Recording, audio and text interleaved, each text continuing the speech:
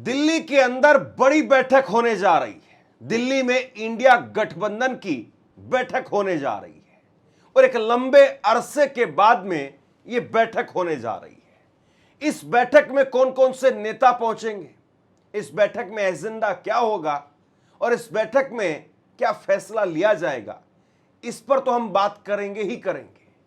लेकिन उससे पहले थोड़ा सा अतीत में आपको लेकर के जाता हूं और इस इंडिया गठबंधन को जरा समझते हैं।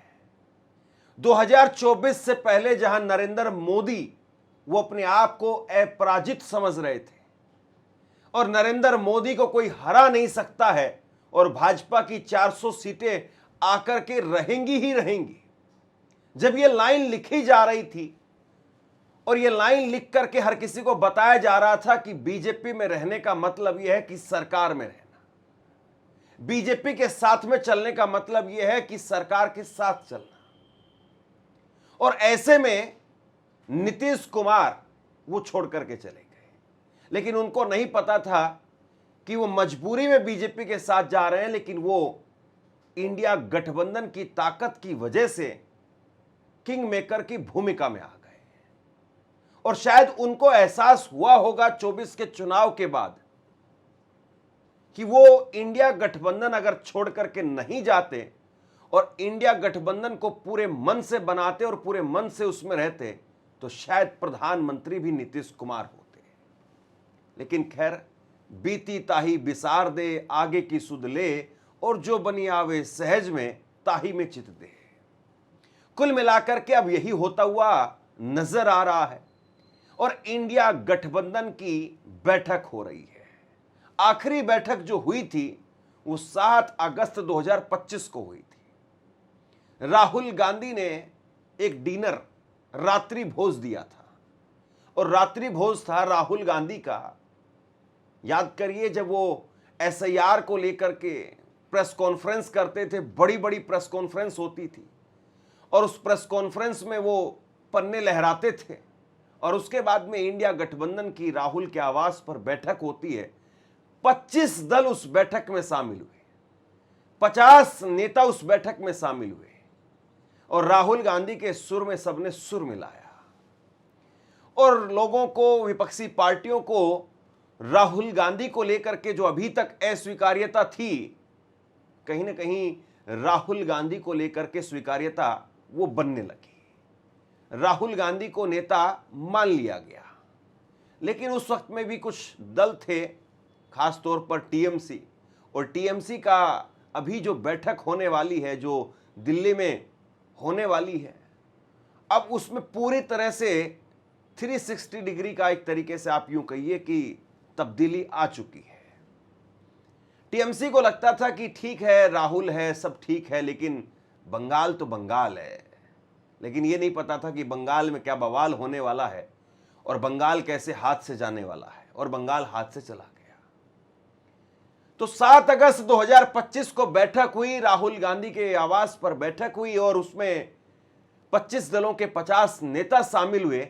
लेकिन अब जो बैठक हो रही है 6 तारीख को होगी या फिर 8 तारीख या 9 तारीख को होगी। संभवतः 8 तारीख को जरूर हो सकती है। 9 जून को नरेंद्र मोदी, उनका शपथ की एक तरीके से बरसी है, लेकिन एक और बरसी इस महीने आ रही है और वो है इमरजेंसी की बरसी। जून का महीना अक्सर खबरों के लिए बिल्कुल सूखा महीना होता है। जून के महीने में राजनीतिक गतिविधियां नहीं होती है। जून के महीने में खबरें केवल आती हैं तो आंधी, तूफान, प्रकृति से जुड़ी हुई खबरें सामने आती हैं कि प्रकृति ने कैसा रुद्र रूप दिखाया और कहां कहां पर कौन कौन से बड़े पेड़ उखड़ गए, कहां कहां पर क्या क्या अंधकार की वजह से कितने दिनों से लाइट कहां पर गुप्त है। यही केवल खबरें वो जून के महीने में आती है। जून के महीने में राजनीतिक गतिविधियां वो ठप रहती है, चाहे आप किसी भी साल का उठा करके देखिए। लेकिन वो 1975 का साल था और 1975 के उस साल में 25 जून को इंदिरा गांधी ने इमरजेंसी लगा दी थी। ये जून 2026 का साल है, नरेंद्र मोदी की सरकार है और इस वक्त में, इस जून में बहुत कुछ होना है। ये जून कहने के लिए जितना छोटा है, कहीं ऐसा ना हो कि सब पर भारी पड़ जाए।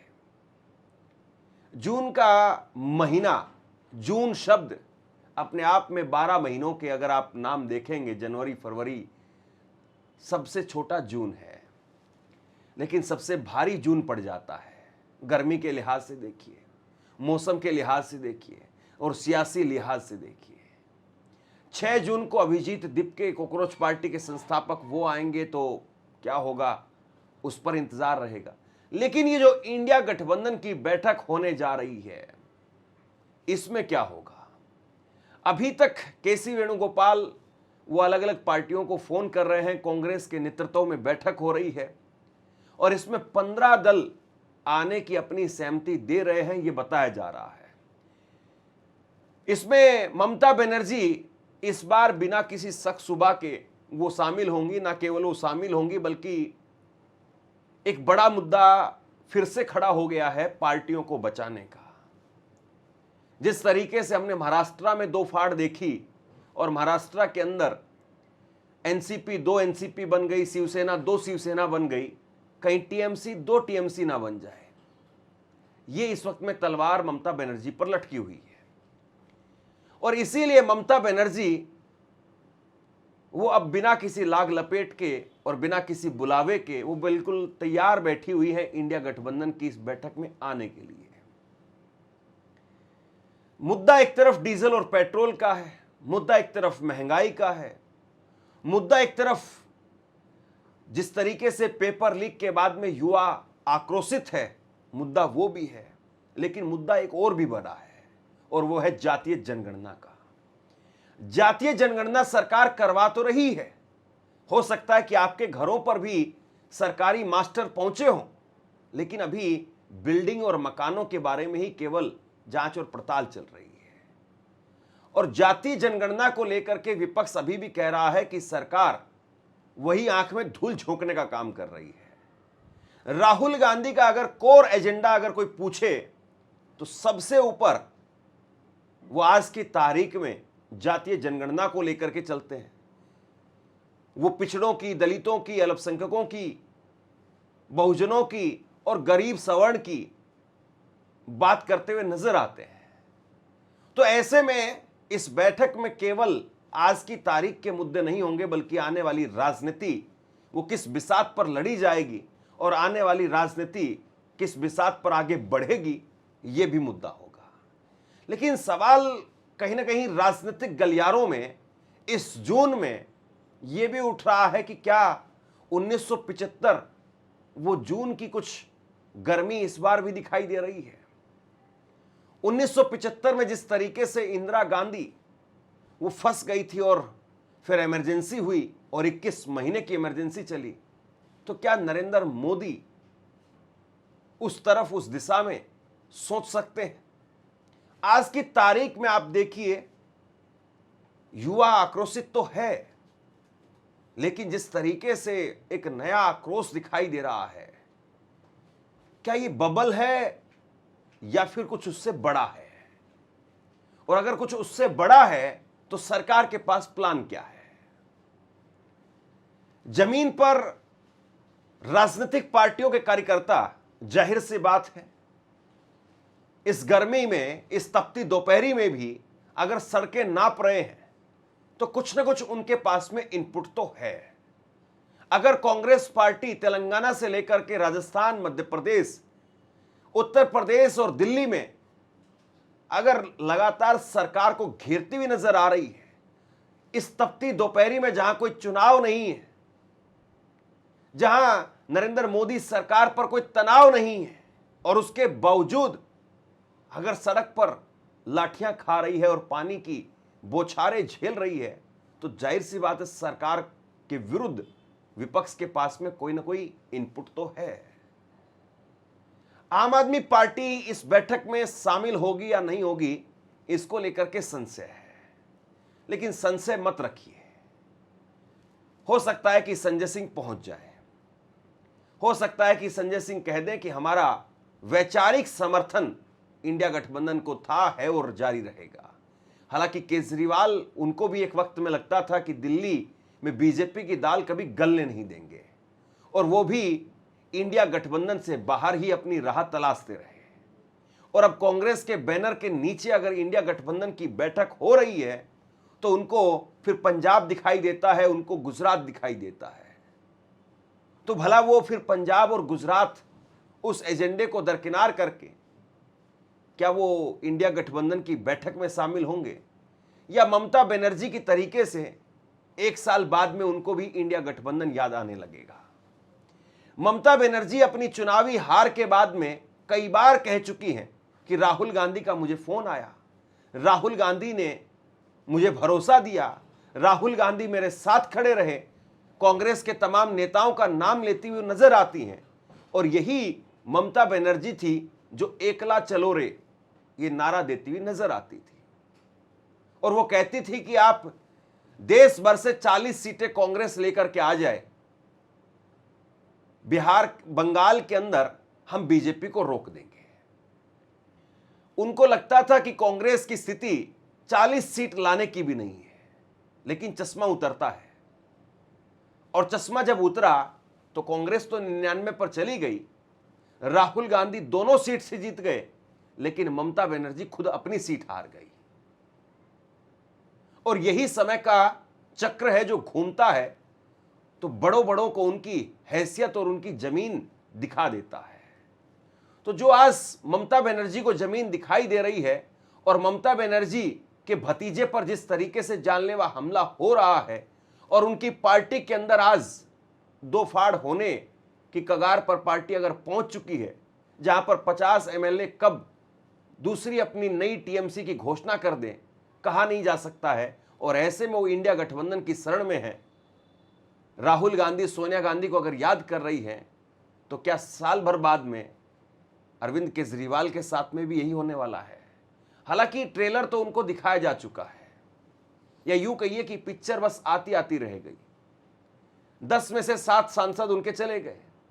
पंजाब किसी तरीके से सरकार बची है, वरना पंजाब में भी बीजेपी सरकार बनाने के लिए बताया जाता है कि हरी झंडी दे चुकी थी।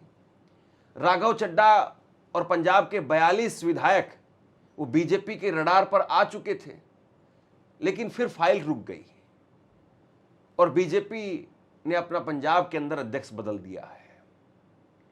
बीजेपी पंजाब में नए सिरे से बीज रोप रही है और उसकी फसल कितनी लहलाती है और बीजेपी उस फसल को कितना काट पाती है और उसमें खरपतवार को खत्म करने के लिए बीजेपी कौन कौन से कीटनाशक का छिड़काव करती है, वो भी देखना दिलचस्प होगा। देखना यह भी दिलचस्प होगा कि दिल्ली के अंदर जब इंडिया गठबंधन की बैठक हो रही है तो क्या जिस तरीके से उमर अब्दुल्ला साहब कहते थे कि भैया इंडिया गठबंधन की बैठक हो और इंडिया गठबंधन की बैठक में हमें बुलाया जाए, एजेंडा आगे का पता चले, तो क्या अब भी उमर अब्दुल्ला साहब उसी तरीके से साथ में आते हैं जिस तरीके से चुनाव से पहले नजर आते थे। जम्मू कश्मीर में कांग्रेस सरकार में साथ तो जरूर है, लेकिन सरकार में शामिल नहीं है, कैबिनेट में नहीं है, और अकेले उमर अब्दुल्ला ही वहां पर सरकार चला रहे हैं। उमर अब्दुल्ला भी आएंगे, वो भी सरकार में शामिल होंगे, लेकिन इस बीच में उनके सुर भी बहुत बदले बदले से नजर आए और नरेंद्र मोदी के साथ में न केवल मंच साझा किया बल्कि उनकी तारीफें भी करते हुए नजर आए। और इसीलिए कहा जाता है राजनीति में कब किस तरफ कैसे चीजें बदल जाए कहा नहीं जा सकता। पिछली बार जब बैठक हुई थी 7 अगस्त 2025 को राहुल गांधी के आवास पर, उस वक्त में डीएमके एक बड़ी ताकत थी, उस बैठक का हिस्सा थी, लेकिन इस बैठक में डीएमके वो नहीं मौजूद होगी और उसकी जगह पर टीवीके के नेता विजय क्या वो शामिल होंगे, इंतजार इस बात का रहेगा। या फिर विजय अपनी तरफ से अपने मंत्रियों को भेज करके अपना समर्थन दे देंगे, खुद इस बैठक से दूरी बनाएंगे, या फिर राहुल गांधी वो स्पेशली फोन करके विजय को बुला ही लेंगे, या फिर विजय को अभी स्पेस दिया जाएगा कि अभी थोड़ा सा आप चलिए, देखिए, राजनीति को समझिए और उसके बाद में बैठकों में शामिल होइए। कुल मिलाकर के जिस तरीके से देश की राजनीति को आप देखें, उद्धव ठाकरे वो सब कुछ जान समझ चुके ही हैं। तेजस्वी यादव उन्होंने सब कुछ देख ही लिया है। आरजेडी में भी कहा जा रहा है कि परिवार एक हो सकता है, चर्चाएं इस बात की भी चलती है। लेकिन जिस तरीके से एजेंडा बनता है, क्या उस एजेंडे को जमीन पर उसी तरीके से उतारा जाएगा? और फिर बात तो उत्तर प्रदेश की होगी, क्योंकि उत्तर प्रदेश में ही अगला रण होना है और उत्तर प्रदेश में ही इंडिया गठबंधन का सबसे जबरदस्त जलवा 2024 में दिखाई दिया था, जहां बीजेपी को राम मंदिर और उसके साथ साथ मोदी और योगी के होने के बावजूद अयोध्या में धूल चटा दी थी। यूपी में बीजेपी को हरा दिया गया। जब यूपी में बीजेपी को हरा दिया जाए 2024 के चुनाव में, और उसमें मोदी और योगी और उसके बाद में राम मंदिर और सारे मुद्दे अगर खत्म हो जाएं, तो क्या वही जलवा फिर से दिखाई देगा 8 महीने के बाद उत्तर प्रदेश के चुनाव में? और क्या एक नई सिरे से इंडिया गठबंधन की रणनीति यूपी को लेकर के दिखाई देगी? अखिलेश यादव क्या प्रेस कॉन्फ्रेंस तक अपने आप को महदूद रखेंगे, या फिर प्रयागराज में जाकर के, बनारस में जाकर के सड़कों को नापते हुए भी नजर आएंगे? क्या राहुल गांधी बसपा के साथ में पींगे बढ़ाते हुए दिखाई देंगे, या बसपा के साथ में जाने का केवल ये सिर्फ और सिर्फ ऊपरी तौर पर एक दिखावा किया जाए, ताकि मायावती के वोटरों को मैसेज भेजा जा सके कि बहन जी अब मैदान में नहीं है, बहन जी अब आना नहीं चाहती है, और मायावती जी उनके दिन लद गए हैं, और अब उनके वोटर को मैसेज दे करके और इंडिया गठबंधन अखिलेश और राहुल वो अपनी तरफ खींच लाए। और इसके लिए पहले कांग्रेस पार्टी उनकी तरफ पिंगे बढ़ाएं और आखिरी में फिर मैसेज दिया जाए कि देखिए हमने बहुत कोशिशें की लेकिन बहन जी मानी नहीं। और मायावती जी के वोटर को एक मैसेज दे दिया जाए, अगर बीजेपी को हराना है और अगर मायावती जी का वही वर्चस्व दोबारा लाना है, तो एक बार यूपी में इनको हराइए, और उसके बाद में मायावती जी उनकी भी वही चाल ढाल दिखाई देगी। वरना मायावती जी कभी कभार आपको किसी रोज सिर्फ प्रेस कॉन्फ्रेंस में ही केवल दिखाई देंगी। इंडिया गठबंधन की जो बैठक होगी, इस बैठक के अंदर यकीन मानिएगा जितने मुद्दे मैंने आपको बताए हैं, इससे ज्यादा भी कहीं ना कहीं मुद्दे दिखाई देंगे, क्योंकि विपक्ष को लग रहा है कि भले ही महाराष्ट्र बीजेपी जीत गई, बिहार जीत गई, बंगाल जीत गई, लेकिन फिर भी जमीनी हवा बीजेपी के खिलाफ है।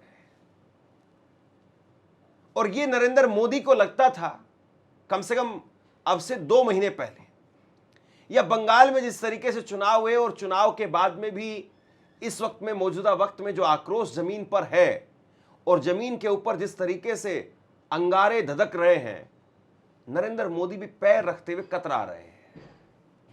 नरेंद्र मोदी भी जानते हैं कि बीजेपी के लिए जमीन माकूल नहीं है। बीजेपी के लिए बहुत कुछ ऐसा है जो चुभने वाला है।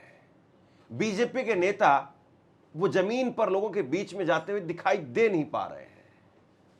तो इसी से इंडिया गठबंधन कहीं ना कहीं अपने आप में अंदर से एक ऊर्जा महसूस कर रहा है, और वो ऊर्जा लोगों से आती है।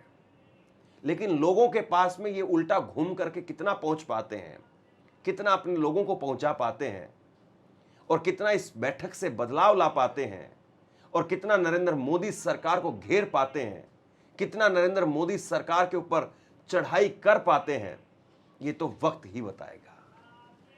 शेयर कीजिए इस खबर को, और आप क्या सोचते हैं नीचे कमेंट सेक्शन में लिख करके जरूर बताइए। इस वीडियो को लाइक कीजिए और चैनल को सब्सक्राइब जरूर कीजिए। शुक्रिया, थैंक यू।